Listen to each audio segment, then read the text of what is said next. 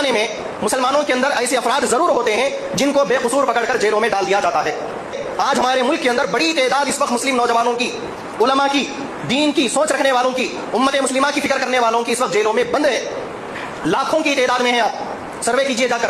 मुसलमानों के पास अगर किसी पर केस लग गया दहशतगर्दी का या यूएपीए का, तो उसका खर्च जो होता है कम से कम 10 लाख के करीब होता है। और गरीब माँ बाप ये खर्च बर्दाश्त नहीं कर सकते, तो छोटे मोटे वकीलों को पैसा देना पड़ता है। और छोटे मोटे वकील ये केस लड़ते लड़ते 20-20, 25-25, 30-30 साल लगा देते हैं। और ज़कात निकालने वालों की ये जिम्मेदारी बनती है कि अपने ज़कात के पैसों को ऐसे कैदियों पर खर्च करें ताकि ऐसे कैदी बेकसूर ज्यादा दिन जेलों में बंद ना रहे, बल्कि जल्द से जल्द जेलों से बाहर आए। यूएपीए का केस, जो दहशतगर्दी का केस होता है, 1200 से ज्यादा मुस्लिम नौजवान ये केस के अंदर रखे हुए हैं। और 5% भी लोगों के ऊपर अभी तक दहशतगर्दी का कोई जुर्म साबित नहीं हुआ।